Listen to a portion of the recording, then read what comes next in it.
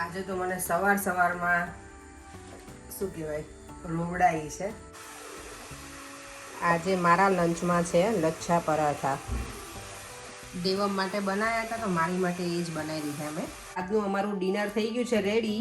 પાવ ભાજી, અનિયન, પાપડ અને છાશ।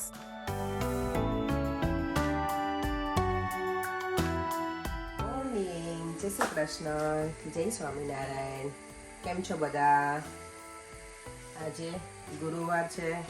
મોર્નિંગ તો એવરીડે થવાની જ હોય જલ્દી એટલે આપણે સવારમાં જાગીને જે કામ હોય ને એ બધા ફટાફટ જ પતાવવાનો। જ્યારે એકચ્યુઅલી જવાનું હોય ને સલૂન ઉપર ત્યારે, બાકી તો શાંતિથી હોય। તો આજે ભાભી ગયા છે ઇન્ડિયા ગઈકાલે। તો આજે ભાઈને 4 મહિને આશરે લોકો અહીંયા આવશે ઇવનિંગ ડિનર માટે। તો હું સલૂન ઉપરથી આવું તો મને થોડું લેટ થઈ જાય એટલે હું અત્યારમાં થોડું બનાવીને જાઉં તો ઇવનિંગમાં થોડું ઉતાવળ બહુ રશ ના થાય એટલે। ને આજે મને બનાવી છે પાવભાજીની ભાજી। તો તમે એમાં કયા શાક લો છો એ મને કહેજો, હું કયા લઉં છું ને તમને બતાવું। જો મેં છે ને કેબેજ લીધી છે, ફ્લાવર છે, રીંગણ, પછી થોડી દૂધી પડી હતી ને એટલે નાખી છે। હું એવરી ટાઈમ દૂધી નથી લેતી। અને બીજું શું નાખ્યું છે? બટેકા, યસ। અને રીંગણને છે ને છાલ ઉતારી નાખ્યો હું સ્કીન સાથે ના નાખ્યું। બસ એટલા વેજીટેબલ નાખ્યા છે। દૂધી હું એવરી ટાઈમ નાખતી નથી પણ આજે થોડી પડી હતી ને એટલે મેં નાખી છે।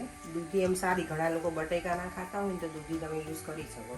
તો મેં આજે રીંગણ, બટેકા, કોલીફ્લાવર, કેબેજ અને દૂધી એટલા શાક લીધા છે, એટલા વેજીટેબલ્સ। તમે કયા કયા લો છો એ જરૂરથી કહેજો અને તમે કેવી રીતે બનાવો છો ને એ પણ કહેજો।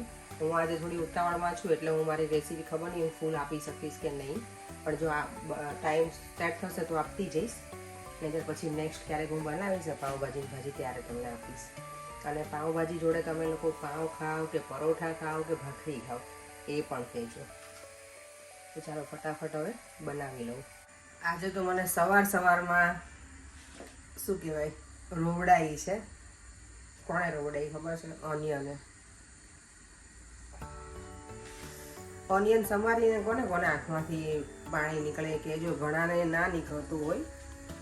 અમે જ્યારે બહુ નાના હતા ને ત્યારે એમ કહે કે માથા ઉપર શું કહેવાય પેલું ઓનિયનના જે છોતરા હોય ને ફોતરા એ મૂકી દેવાના તો ના ઓલું થાય, પણ એ ખબર નથી સાચું છે ખોટું। અત્યારે તો હવે ના મૂકે, ઓનિયનની સ્મેલ આવે ને હેરમાં એટલે। સવારમાં પરેન્ટી કહેશે કે ઓનિયન તે કરી છે સ્મેલ આવે ને એટલે, પણ ઇવનિંગમાં પછી મને આવીને ટાઈમ નથી સેટિંગ થતો એટલે અત્યારે જ કરીને જઈશ આજે। અને ભાજી ને એ બધું કેવું ઊંધિયું ને બધું અગાઉથી તમે કરીને રાખો ને એનો ટેસ્ટ વધારે સરસ આવે, બધા મસાલા પ્રોપર અંદર ચડી જાય ને એટલે। ચાલો ફટાફટ ઓનિયન એનો વઘાર કરી લઉં। હજી બધા વેજીટેબલ્સો બોઇલ થાય છે ત્યાં સુધીમાં એ કરી નાખું એક બાજુ એટલે, અને પછી મને દિવસનું લંચ પણ હજી બનાવવાનું છે એ પણ કરી નાખું। મેં જો તેલ આવી ગયું ને પછી થોડી હિંગ નાખી અને પછી ઓનિયન અને લસણ અને આદુ એની પેસ્ટ બધી નાખી અને એમાં વઘાર કરી લીધો છે। હવે આને ધીમા ગેસે બરાબર થોડી વાર ચડવા દઈશ અને પછી એમાં નાખીશ ટામેટાની પ્યુરી બનાવી નાખી છે મેં, એ નાખીશું।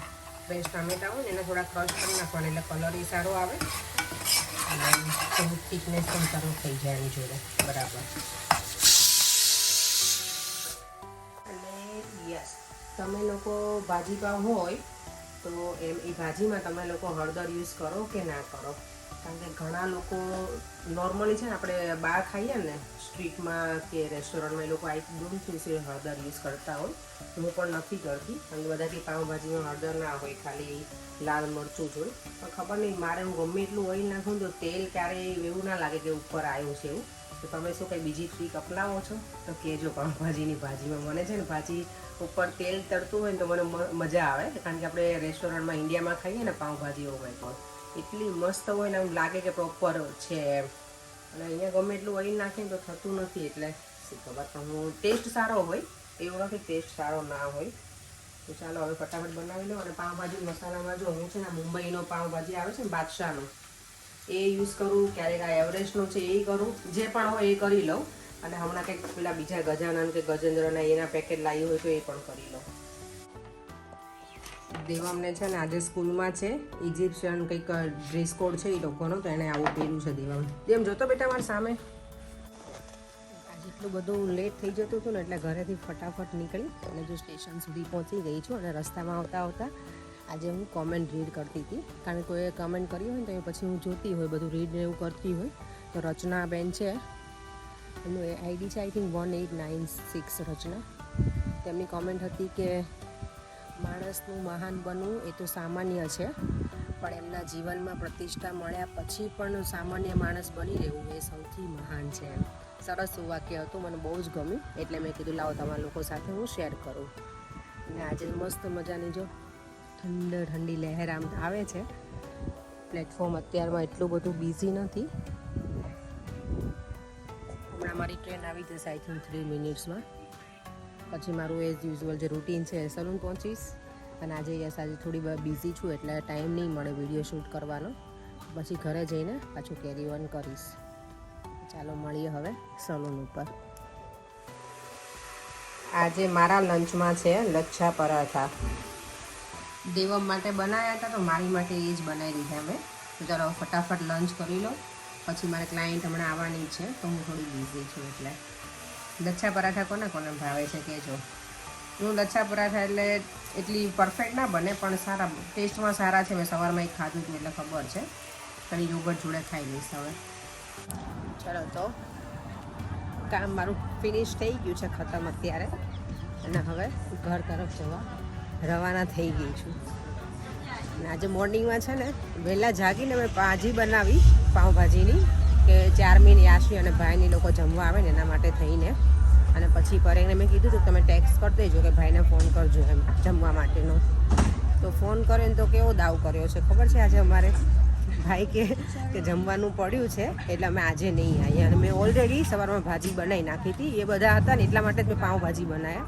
નહીંતર મારે પ્લાનિંગ હતો કે કારેલા લઈને આવી છું ને તો ગમે તે એકાદ શાક બનાવીશ એમ, કારણ કે 4 મિનિટ છોકરાઓને તો ન ભાવે કારેલાનું. એટલે અને હું એટલા બધા લાવી પણ નહોતી, અમારે થાય એટલા જ હોય. એટલે મેં તો બને કારેલાનું ભાવે નહીં છોકરાને, બધું એ લોકોને પાઉંભાજીને એવું ભાવે ને તો એવું બનાવો. હવે એ લોકો આવવાનું નથી એટલે ભાઈ એવું કીધું ભાજીનો ડબ્બો છે ને પેક કરી અને મોકલાવી દેજો, એટલે એ લોકો કાલે ખાશે એવું કીધું છે. હવે લેટ્સ સી ઘરે જઈને પછી શું થાય છે ફોન કરીશું. એટલે પરેંગ હવે અમારા માટે તો પાઉં લઈ આવ્યા છે, કારણ કે પરેંગ કે મેં કીધું ભાખરી ખાવી છે પાઉં, તો હું પાઉં લઈ આવ્યો છું ઓલરેડી. ઓકે, એટલે મારે ઘરે જઈને આજે કંઈ બહુ મોટું હેડેક નથી કંઈ બનાવવાનું, કારણ કે પાઉં છે ખાલી એને બટરમાં શેકી લેવાના છે. અને પાપડ, છાશ અને સલાડ કંઈક ઓનિયન એવું સમારીને ડિનર થઈ જશે. અહીંયા માર્કેટ આઈ થિંક આજે નથી ભરાયું લાગતું. અહીંયા બધાએ ગાડી પાર્ક કરી દીધી છે. એટલે આજે હું સવારની સલૂનમાં ગઈ ને બહાર નથી નીકળી રીતે થોડી વાર અમારા શોપની બહાર સલૂનની, પણ આમ ક્યાંય આંટો મારવા નથી આવી આજે બહાર. નોર્મલી જો હું અહીંયા ચક્કર લગાવતી હોય ને એ મેં આજે નથી રાઉન્ડ કર્યો, કારણ કે થોડી વાર ફ્રી હતી તો પછી અંદર જ બેઠી રહી હતી. ચાલો તો હવે રસ્તામાં છું તો કોઈને ફોન લગાવી દઉં અને વિડીયો બંધ કરીશ.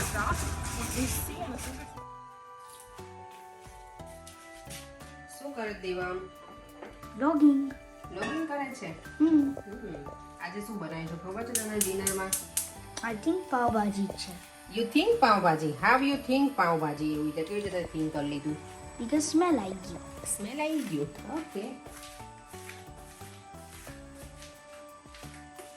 આજે તારો કેવો દિવસ રહ્યો બેટા? તારું મારું પેલું થીમ હતું આજે ઇજિપ્તનું એનું સારું. સારું. રિયલ આર્કિયોલોજીસ્ટ આવી ગયું સ્કૂલમાં. ઓકે. મજા આવી હતી બેટા? તારું પેલું જે તું ડ્રેસઅપ કરીને ગયો તો એ ઓકે હતું બેટા? હા ઓકે. ઓકે. કારણ કે મોર્નિંગમાં પછી મને એવો ટાઈમ નહોતો ને દેવો, એટલે ખબર આપણે ફટાફટ તું પહેરી આવ્યો હતો ને ઉપર જઈને બેટા. ડેડી જો આજે ડિફરન્ટ પાઉં લઈને આવ્યા છે. આ પહેલાં આપણે રાઉન્ડવાળા નહીં, આવા સુરતમાં બધા બહુ યુઝ કરતા હોય છે આવા પાઉં. ચલો તારે ટ્રાય કરીએ આ. યસ. તો આજનું અમારું ડિનર થઈ ગયું છે રેડી. પાવભાજી, અનિયન, પાપડ અને છાશ. અને દેવમને તો ક્યારનું મોઢામાં પાણી આવે છે, રાઈટ? હે ને? પાવભાજીની સ્મેલ લઈને નહીં બેટા, સુગંધ લઈને સરસ આવે છે. હેન્ડ વોશ કર બેટા. ચાલો, અને બુક નથી રીડ કરવાની હો જમતી વખતે. ના ચલો મારે જો પાવભાજીનો કલર આવો આવે, આનાથી વધારે તો પેલું શું કે એકદમ જે રેડ ચટાકો હોવો જોઈએ ને એવો નહીં આવતો. ખબર નહીં કેમ. તમને કંઈ ટ્રીક ખબર હોય ને તો કહેજો મને પ્લીઝ, કમેન્ટમાં જણાવજો. અને હા, મારે એક બીજી વસ્તુ તમને લોકોને પૂછવાની હતી. એ હતું કે મારે ઇન્ડિયાથી અહીંયા પાર્સલ મંગાવવું છે, તો તમને કોઈ એવું કુરિયર સર્વિસ ખબર છે કે ઘરેથી લઈ જાય, બધું કલેક્ટ કરી જાય અને આપણે કંઈ કરવા ના જવું પડે, એ લોકો બોક્સ પેક કરીને જ લઈ જાય, અને એ લોકો કેટલો ચાર્જ કરે છે એ પણ મને કહેજો. મારા ભાઈને લોકો દર વખતે કરે જ છે મને કુરિયર, તો પણ મને ખાલી જાણવું છે કે ચાર્જીસ કેટલો છે. ઘણી વખત એક વખત મારા સસરાને ત્યાંથી આવ્યું તો 450 રૂપીસનું હતું કિલોનો ચાર્જ. આ વખતે મારે કંઈક 40 કે 45 કિલો જેવું થવાનું છે પાર્સલ. એટલે કારણ કે ઇન્ડિયા હું ગઈ હતી ત્યારે બધી વસ્તુ ત્યાં જ પડી છે, ઘણી બધી વસ્તુ મેં પોતે શોપિંગ કરી હતી ને બધું. તો હવે નવરાત્રી પહેલાં તો બધું મંગાવી લઈશ, દિવાળીને પહેલાં. તમે તો જો તમને કોઈને ખબર હોય પાર્સલ સર્વિસનું તો પ્લીઝ મને કોમેન્ટમાં જણાવજો. ગઈકાલે વિડીયોમાં છે ને મેં પૂછ્યું હતું, મને એવું હતું કે નોમનું એટલે બધા જે લેડીઝ હોય ને એનું નોમનું શ્રાદ્ધ હોય, પણ ઘણા બધાએ કમેન્ટ કરી છે કે નોમનું સૌભાગ્યવતી સ્ત્રી હોય ને એનું નોમનું હોય, પણ જે વિધવા હોય એનું તિથિ પ્રમાણે હોય. એ મને નહોતી ખબર, તો થેન્ક યુ સો મચ. આ મને જાણવા મળી નવું. ને ત્યારે મને એવું જ હતું કે બધી લેડીઝનું નોમનું જ હોય શ્રાદ્ધ. થેન્ક યુ બધાને. અને બધાએ ઘણી બધી કોમેન્ટ કરી છે. અને યસ, કોઈ નીલમ પટેલ છે, એમની કોમેન્ટ હતી દેવમ માટે થઈને કે એને તમે કંઈ લાવો છો બહારથી એનું સ્ટડી માટેનું, કંઈ સ્કૂલમાંથી આપે છે કે કઈ રીતનું હોય છે એમ હોમવર્ક. તો દેવમને છે ને એનો ટ્યુશનમાં જાય છે ને ત્યાંથી એનું હોમવર્ક હોય છે. સ્કૂલમાં તો આ લોકોને હોય પણ એટલું બધું ના આપે. અને અહીંયા ટ્યુશનમાં એ જાય છે ને તો એને 2 દિવસ હોય, કલાકના ટ્યુશન હોય એને. તો ઇંગ્લિશનું અને મેથ્સનું 2 ટ્યુશન છે એને. એટલે એક જ ટીચર હોય પણ 2 દિવસ અલગ અલગ સબ્જેક્ટ લે. તો એમાં એને ત્યાંથી જ પ્રિન્ટ આઉટ કરીને આપે, એનું હોમવર્ક કરવાનું હોય, એ રીતનું હોય છે અહીંયા. તો બાકી તો કંઈ સ્કૂલમાંથી હોતું નથી. અને મેં ઓનલાઈન એક કોર્સ, પેલું શું કહેવાય, આખા વર્ષનું જે મેમ્બરશિપ લેવાની હોય ને એ પણ કરેલું છે બાય. તો એને કરવું હોય ત્યારે કરે એમાંથી પ્રેક્ટિસ, બાકીનો રામે રામ. તે રીતનું હોય છે. અને બસ અત્યારે અમારે તારક મહેતા ચાલે છે. અને બસ હવે આ વિડીયોનો એન્ડ પણ અહીંયા જ કરું છું. જો તમને આ વિડીયો ગમ્યો હોય તો લાઇક, શેર એન્ડ સબસ્ક્રાઈબ કરી દેજો. બાય. જય શ્રી કૃષ્ણ. જય સ્વામિનારાયણ.